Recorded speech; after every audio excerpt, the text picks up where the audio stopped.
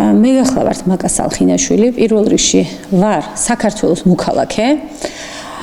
და ყველაზე მთავარი რაც არის ჩემს ცხოვრებაში და თუ კი რამ გამიკეთებია, ვარ 3 შვილის დედა. ეს არის მაკა სალხინაშვილი. ხო, რაც შეეხება ბიოგრაფიას. ბიოგრაფიული მონაცემები ჩემი ცოტა არ იყოს მრავალფეროვანია. მე დავამთავრე გორის მესამე საშუალო სკოლა, მაშინ ასე ერქვა გორის მესამე საშუალო სკოლას, დღეს უკვე საჯარო სკოლა ქვია. 90 წელს ჩავირიცხე ივანე ჯავახიშვილის თბილისის სახელმწიფო უნივერსიტეტში, რომელიც წარმატებით დავამთავრე იურიდიული ფაკულტეტი და უნივერსიტეტის დამთავრებისთანავე დავრჩი იქვე სამუშაოდ, ასევე ჩავაბარე ასპირანტურაში, დღევანდელი გაგებით უკვე დოქტორანტურაში, რომელიც ასევე წარმატებით დავამთავრე და 98 წელს დავიცავი საკანდიდატო დისერტაცია. ჩემი თემა იყო ადმინისტრაციული სახდელები და მათი გამოყენება და გავაგრძელე პედაგოგიური საქმიანობა ივანე ჯავახიშვილის სახელობის თბილისის სახელმწიფო უნივერსიტეტში. თუმცა ვინაიდან მე გორთან მქონდა შეხება და საშუალო სკოლა მქონდა გორში დამთავრებული, მქონდა შემოთავაზება და უარი ვერ უთხარი და გორის სახელმწიფო უნივერსიტეტში დავიწყე ლექციების წაკითხვა. იმ პერიოდში სწორედ გორში იყო ასევე ბინა დაიდო დროებით ცხინვალის სახელმწიფო უნივერსიტეტმა, იქიდანაც მქონდა მოწვევა და ერთდროულად, როდესაც გორში ჩამოვდიოდი, მუშაობდი ცხინვალის სახელმწიფო უნივერსიტეტში და ასევე გორის სახელმწიფო უნივერსიტეტში, შემდგომ მოხდა მათი გაერთიანება და გამომდინარე იქიდან, რომ ჩემი გამზრდელი პაპა და ბებია ცხოვრობდნენ გორის რაიონში და დღეს მე გორში ასევე მაქვს სახლი და დედა მყავს გორიდან, არ შემიწყვეტია გორთან ურთიერთობა და მე ჩემს წინაპრებს რომ პატივი ვცე, როდესაც მიწევს ხოლმე გორში ჩამოსვლა, ყოველთვის დავდივარ მათ საფლავზე და ეს გორია ჩემი მშობლიური ქალაქი, მიუხედავად იმისა, სადაც არ უნდა წავიდე, მე ლექციები წამიკითხავს ძალიან ბევრ კერძო და სახელმწიფო უმაღლეს სასწავლებლებში, ბათუმიდან დაწყებული, ქუთაისით დამთავრებული, ისე თავს კარგად არ სადგრძნობ, როგორც გორის სახელმწიფო უნივერსიტეტში, თუნდაც იმის გამო, რომ ცხინვალის სახელმწიფო უნივერსიტეტში როცა დავიწყე მუშაობა, იქ იურიდიულ ფაკულტეტზე ფაქტიურად სულ 2 პროფესორი იყო და მათ შორის ვიყავი მე და ძალიან ბევრი რამ აქვს გაკეთებული გორის სახელმწიფო უნივერსიტეტისთვისაც და ასევე ცხინვალის სახელმწიფო უნივერსიტეტისთვის. მე აქ მუშაობდი სწორედ იმ პერიოდში, როდესაც ელექტროენერგია ითიშებოდა, არ იყო გათბობის საშუალება და შეშის ღუმელზე ვთბებოდი სტუდენტებთან ერთად, მეც და სტუდენტებსაც სახლიდან მოქონდა შეშა და ჩვენი სახსრებით ვათბობდით ხოლმე აუდიტორიებს. დღეს ძალიან საამაყოა გორის უნივერსიტეტი იმ თვალსაზრისით, რომ არის კეთილმოწყობილი ყველაფერი, არის როგორც გათბობა, ასევე ტექნიკურად არის აღჭურვილი და სტუდენტს აქვს ელემენტარული პირობები იმისთვის, რომ სწავლა გააგრძელოს ისეთ უნივერსიტეტში, რომელსაც აქვს ასევე ფართო ურთიერთობები, როგორც საქართველოს, ასევე უცხოეთის რამდენიმე უმაღლეს სასწავლებელთან. ასევე რა თქმა უნდა მე არ გავჩერებულ ვარ მხოლოდ პედაგოგიური საქმიანობით, პარალელურად რაღაცა პერიოდი ადვოკატად მუშაობდი, ასევე რამდენიმე ადმინისტრაციულ ორგანოში მუშაობდი და ხელმძღვანელობდი იურიდიულ სამსახურებს, ეხლაც დასაქმებული ვარ და ჩემს ამ პედაგოგიურ საქმიანობას ვუთავსებ ჩემს პრაქტიკულ საქმიანობას. ადვოკატთა ასოციაციაში ამ ეტაპზე ვარ ადმინისტრაციული კომიტეტის თანათავმჯდომარე, ვარ რამდენიმე ასოციაციის წევრი, საერთაშორისო ორგანოებთან მაქვს სისტემატური ურთიერთობა, წერ წიგნებს, ძალიან უყვარს ზოგადად წერა ბავშვობიდან, ჩემს ბავშვობაში ძალიან საინტერესო გაზეთი გამოდიოდა ხოლმე მაშინ ასე ერქვა ნორჩი ლენინელი და მე-5 მე-7 კლასიდან იმ გაზეთში ვწერდი ხოლმე პატარ-პატარა სტატიებს. შემდგომ გავაგრძელე უკვე სტუდენტობის პერიოდში გამოდიოდა ხოლმე ასეთი გაზეთი ცხოვრება და კანონი და სტუდენტობის პერიოდში ცხოვრება და კანონში იბეჭდებოდა ჩემი სტატიები. მოგვიანებით მე შემოვიდა ჟურნალის სამართალი და ასე შემდეგ ყველას ვერ ჩამოვთვლი და დღემდე ამ ურთიერთობებს ვაგრძელებ უკვე უცხოეთის გამოცემებთან და ყოველწლიურად დაახლოებით 5-7 სამეცნიერო ნაშრომი, რაც შემიძლია გავაკეთო, ამას ვბეჭდავ როგორც საქართველოს, ასევე როგორც გითხარით უცხოეთის რეფერირება ჟურნალებში. წიგნების წერა, როგორც გითხარით, ზოგადად წერა ძალიან მიყვარს, მაგრამ წიგნების წერა დავიწყე სწორედ სტუდენტებისთვის, თავდაპირველად, როდესაც მივხვდი, მე იმ პერიოდში ვიყავი სტუდენტი, როდესაც სახელმძღვანელოები, ეგრეთ წოდებული საბჭოური სახელმძღვანელოები იყო, ისინი იყო მოძველებული და სტუდენტებს უკვე ახლებური მიდგომებით სჭირდებოდათ თანამედროვე ლიტერატურა. და დავიწყე აი ამ სახელმძღვანელოების წერა, სხვათა შორის ძალიან მიამაყება, ხა ამ გამოცემებში აქ არ მაქვს წამოღებული. პირველად, როდესაც სახელმძღვანელო დავწერე, ჩემი თემის ხელმძღვანელთან ერთად, ეს იყო თანაავტორობით გამოცემული სახელმძღვანელო, ძალიან საამაყო იყო ჩემთვის, სასამართლო რეფორმა რო გატარდა, მოსამართლეების სწორედ ჩემი და პროფესორ ვალერი ლურიას თანაავტორობით გამოცემული სახელმძღვანელოთი, საქართველოს სახელმწიფო და ადმინისტრაციული სამართლის საკითხები, ასე ერქვა ამ სახელმძღვანელოს, ამის მეშვეობით მეცადინეობდნენ და აბარებდნენ გამოცდებს მოსამართლეობის პრეტენდენტები. მაგრამ ძალიან კიდევ ბევრი რამის გაკეთება მინდა და მაქვს ძალიან ბევრი ჩანაფიქრი და აქვე თქვენთან ერთად ვიტყვი იმას, ეს არავისთვის არ გამინდია ეს საიდუმლო, როდესაც მოვხუცდები და დავიწყებ კიდევ უფრო ბევრი წიგნების წერას, იმიტომ საკმაოდ დიდი ცოდნა და გამოცდილება დამიგროვდება. ერთი იქნება არასამართლებრივი სახელმძღვანელო ტყუპების აღზრდასთან დაკავშირებით. მე ტყუპი ქალიშვილები მყავს და შესაბამისად რომ დამჭირდა მათი აღზრდისთვის ლიტერატურის მოძიება ქართულ ენაზე, არც ერთი წიგნი არ არის გამოცემული და ამიტომ გადავწყვიტე, რომ მე ჩემს შვილებს დავაკვირდებოდი, ასევე ძალიან ბევრი მეგობარი ყავთ ჩემს შვილებს ტყუპები, ჩემს სამეგობროსაც ყავთ ტყუპები და ამ დაკვირვებების საფუძველზე გარკვეულ ჩანაწერებს ვაკეთებ და ეს არის სიბერეში, ასე ვიტყოდი, უკვე ასაკირო მომემატება დავჭდები და ერთ სახელმძღვანელოს, რომლითაც მით უმეტეს მოგეხსენებათ უკვე 21 საუკუნეში წამოვიდა ხელოვნური განაყოფიერების გზით, გაიზარდა ტყუპების რაოდენობა და ჩათვალეთ, რომ აი სამომავლოდ კიდევ უფრო გაიზრდება მედიცინა ისე წინ წავიდა ტყუპი მშობლების რაოდენობაც და მათ არ აქვთ დღის მდგომარეობით ქართულ ენაზე ასეთი სახელმძღვანელო და ვფიქრობ, რომ ეს იქნება ერთ-ერთი საინტერესო გამოცემა. რაღაც მონახაზები მაქვს, მაგრამ ყოველ შემთხვევაში მაინც საკუთარ შვილებზე გამოცდილებით უფრო მეტი რამ შემიძლია შევძინო ამ სახელმძღვანელოს. რომ გავხდი სტუდენტი, ვიყავით 32 ჯგუფში და აქედან 10 გოგო ვიყავით და დანარჩენი იყვნენ ვაჟები. მაგრამ იმდენად შეიცვალა მიდგომები დღეს მაგალითად მაშინ სასამართლოში მოსამართლე 1-2 ქალბატონი თუ იყო, დღეს სტატისტიკაც ასეთია, რომ სასამართლოებში ქალები უფრო მეტად არიან დასაქმებულები, ვიდრე მაგალითად მამაკაცები. და ვთვლი, რომ ძალიან კარგი არჩევანი გავაკეთე ჯერ კიდევ მაშინ და აღარ ითვლება. მაშინ შეიძლება კიდე ნაწილობრივ ითვლებოდა, მაგრამ დღეს ნამდვილად აღარ ითვლება, ბრჭყალებში რა თქმა უნდა, მამაკაცურ პროფესიად, იურისტის პროფესია და ზოგადად ახლა ქალი და მამაკაცი რო თანასწორია, ამაზე მე მგონი ვთანხმდებით და პროფესიაც ორივესთვის თანაბრად უნდა იყოს განაწილებული. რაც შეეხება დაოჯახებას, ნამდვილად სირთულეებს არ წავაწყდი, გამომდინარე იქიდან, რომ მქონდა ძალიან დიდი ხელშეწყობა. ზოგადად პატარაობიდან დედა მიდგას ყოველთვის გვერდში, სტუდენტობის პერიოდშიც ყოველთვის მეხმარებოდა. მაშინ არ იყო ინტერნეტი, არ იყო ამდენი სახელმძღვანელოები და ეგრეთ წოდებულ კონსპექტებს ვწერდით, რაშიც დედა მეხმარებოდა, მე ვკარნახობდი და დედა მიწერდა ხოლმე. მე უკვე როცა გავიზარდე, ავირჩიე პროფესია და ოჯახი ცოტა მოგვიანებით შევქმენი, იმიტომ რომ ჯერ კარიერა და მერე ოჯახი ამ პრინციპით ვიმოქმედე.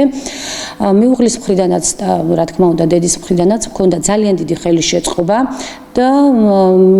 შვილების შეძენის შემდეგ ისეთი ხელშეწყობა მქონდა ოჯახიდან, რომ ერთი დღე არ ყოფილ ვარ სამსახურის გარეშე. ხან სახლიდან მუშაობდი და როგორც კი საშუალება მომეცა დეკრეტული შვებულება ფაქტიურად არც გამომიყენებია, გავედი სამსახურში და დედისა და მეუღლის დახმარებით ყველაფერი შევძელი შემიძლია გითხრათ. ეხლა რაც შეეხება სხვათა შორის ცოტა განსხვავებული მიდგომა მაქვს ბავშვებთან ურთიერთობისას, მე ჯერ კიდევ თვეების მყავდა ბავშვები, როდესაც მათ ვესაუბრებოდი რომ მაგალითად მოვიდოდა დღე როცა მე გავიდოდი სამსახურში მე საუბრობ პროცესზე ძალიან ჩვილები იყვნენ და ხშირად ოჯახში მეუბნეოდნენ რომ აი რას იგებს ახლა ბავშვი ყულად არ ესაუბრები მინდა გითხრათ რომ აი ეს ერთი კვირის 40 დღის ბავშვი ყველაფერს იგებდა და როდესაც ვუხსნიდი მე მათ რომ დავტოვებდი და გავიდოდი სამსახურში და ამაზე არ უნდა ენერგიულად ისეთი გაოცებული თვალებით მიყურებდნენ დარწმუნებული ვარ ვერ ხვდებოდნენ იმ დროს რას ვესაუბრებოდი, მაგრამ ყოველ შემთხვევაში მე არ მქონია შემთხვევა, რომ ბავშვი ხშირად წამიკითხავს სოციალურ ქსელში, სადაც მეგობრებს უთქვამთ, რომ ბავშვს რო ვტოვებ, ვიპარები და ასე შემდეგ. მე მსგავსი რამ არ მქონია, ყოველთვის ჩემი შვილები როცა წამოიზარდნენ, კარებში იდგნენ და მეუბნეოდნენ, წადი დედა სასახურში და რომ მოხვალ ჩვენ დაგელოდებით. და დედის დახმარებით გავზარდე 3 შვილი და ვთვლი, რომ მე დედა რო არ მყოლოდა გვერდზე, ალბათ ძალიან გამიჭირდებოდა. ბავშვების კვება, სარეცხი და ასე შემდეგ ყველაფერი საოჯახო საქმეები დედაზე იყო დამოკიდებული და დღესაც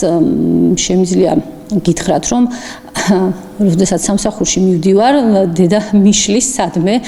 გარეთ რომ სტრაფიკობის ობიექტით ვისარგებლო და იქ საჭმელი მივირთვა ამიტომ ყოველთვის სადილს დედა მატანს და ჩემ შვილებზეც იზრუნავს და ალბათ რომ არ მაგვიანდება არსად და ყოველთვის ვცდილობ და გამომდის ეს ნამდვილად ყველა შეხვედრას რომელიც არ უნდა იყოს და რომელსაც არ უნდა იყოს დაგეგმილი ვესწრები დროულად არსად არ მაგვიანდება ეს არის სწორედ იმის დამსახურება რომ დროის გათვლა ძალიან მარტივად შემიძლია და კიდევ ერთხელ ვიმეორებ ოჯახიდან მაქვს ამისი ხელშეწყობა აი ადმინისტრაციულ სამართალთან დაკავშირებით ჯერ პატარა ესეთ მიმოხილვას გავაკეთებ როდესაც მე უნივერსიტეტში ვსწავლობდი ადმინისტრაციული სამართალი ძალიან შეუსწავლელი დარგი იყო იმ პერიოდისთვის და პირადად მე სანამ ავირჩევდი ადმინისტრაციულ სამართალს ვთვლიდი რომ კონსტიტუციური სამართლის სპეციალისტი გამოსულიყავი და ჩემმა ხელმძღვანელმა გარდაცვლილმა პროფესორმა ვალერი ლორიამ მითხრა რომ იცი რა მაკა მე გირჩევ რომ ადმინისტრაციული სამართალი აირჩიო მაგრამ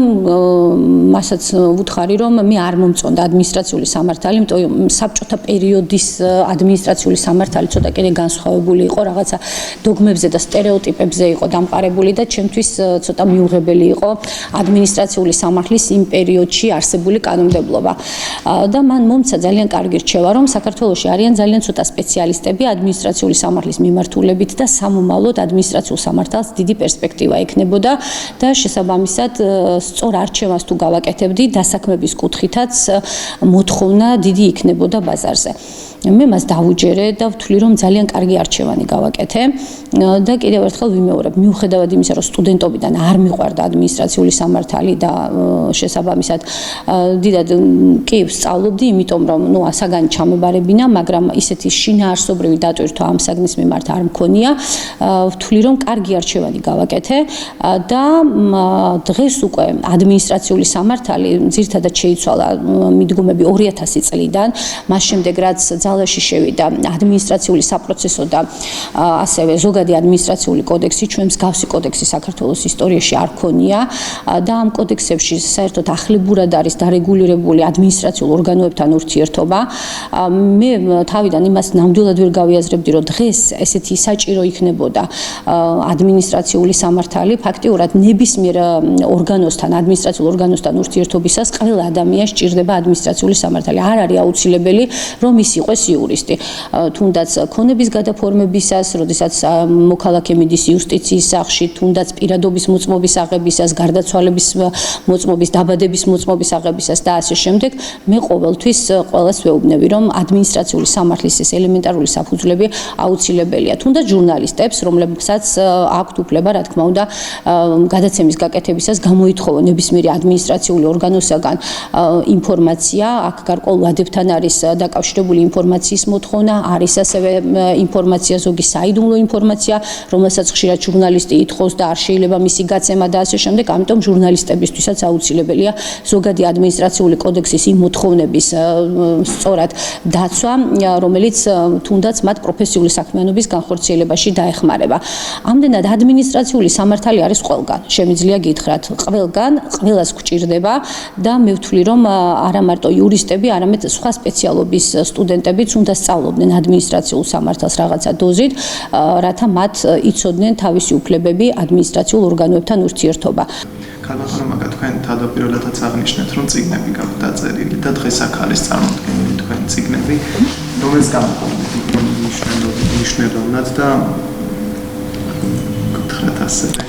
ცოტა ხნის წინაც აღნიშნე პირველი ყველაზე დიდი მონაპოვარი ჩემთვის რაც იყო ეს გახლდათ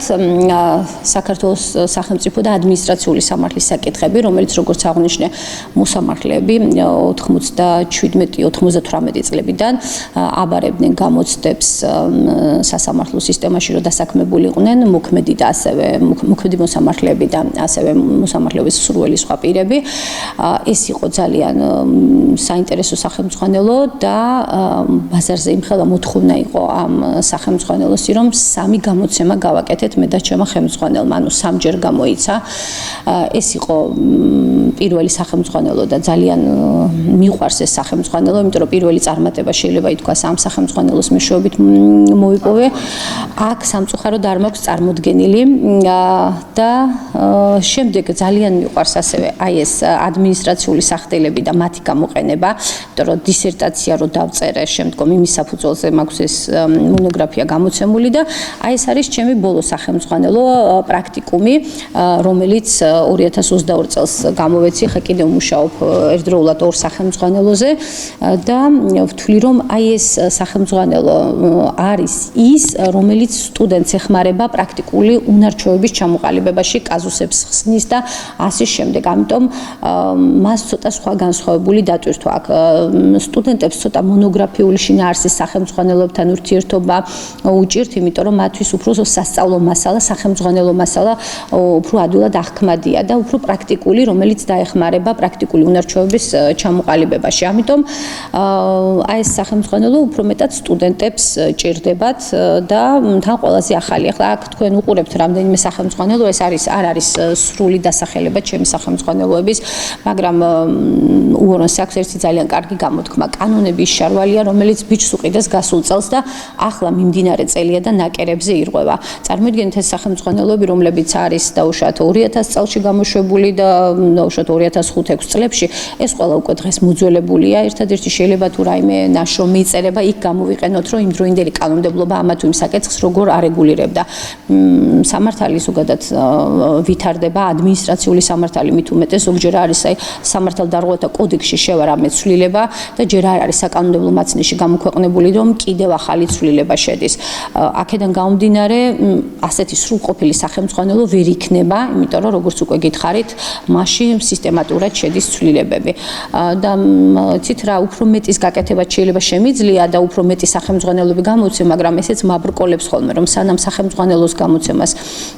და მიიყვან და გამოცემ ამასობაში იმდენი ცვლილება შედის, რომ უკვე